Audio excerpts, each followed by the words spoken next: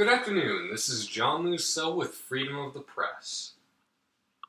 This week bore witness to the deadliest mass shooting in modern American history, and today I will be using my response to 9/11 conspiracy theorists in order to respond to the near immediate response by the conspiracy community in wake of this tragedy.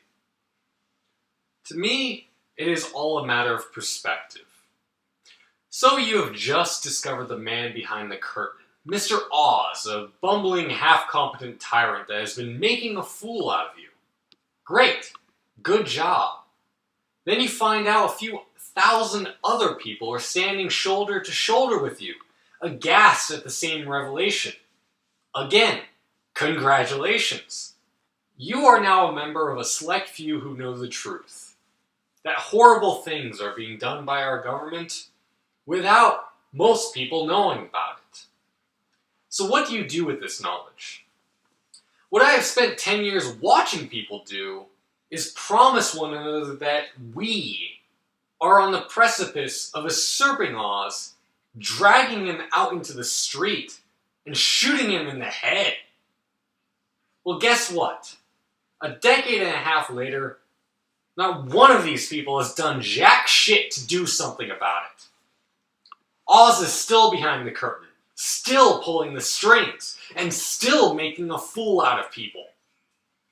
You can pontificate to your heart's content about how this is all someone else's fault.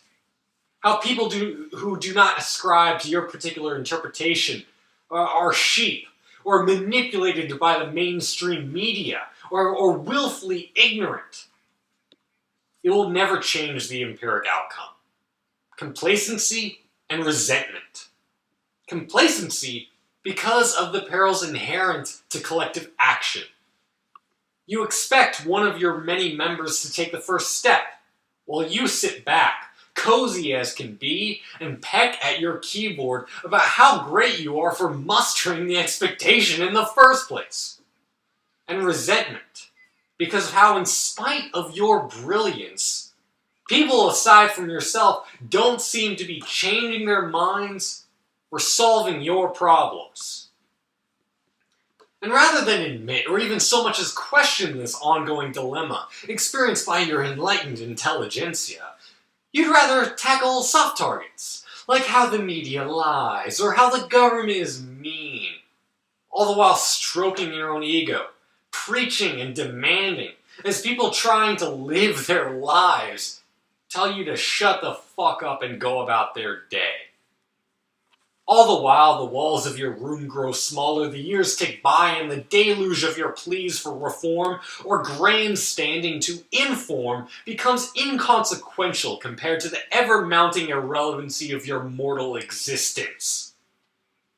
Thus, I am left disappointed. These people realize the truth of their world and think that means they are done, that they finished.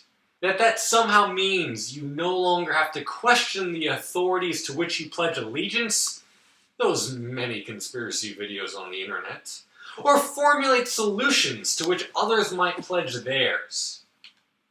Rather, you ensconce yourself in your own subdivided, relegated, limited parcel of cyberspace and squawk about how you transcend the institutions and methods that might otherwise serve your benefit, ever deluding yourself that a single pissant revelation liberates you from any accountability or etiquette.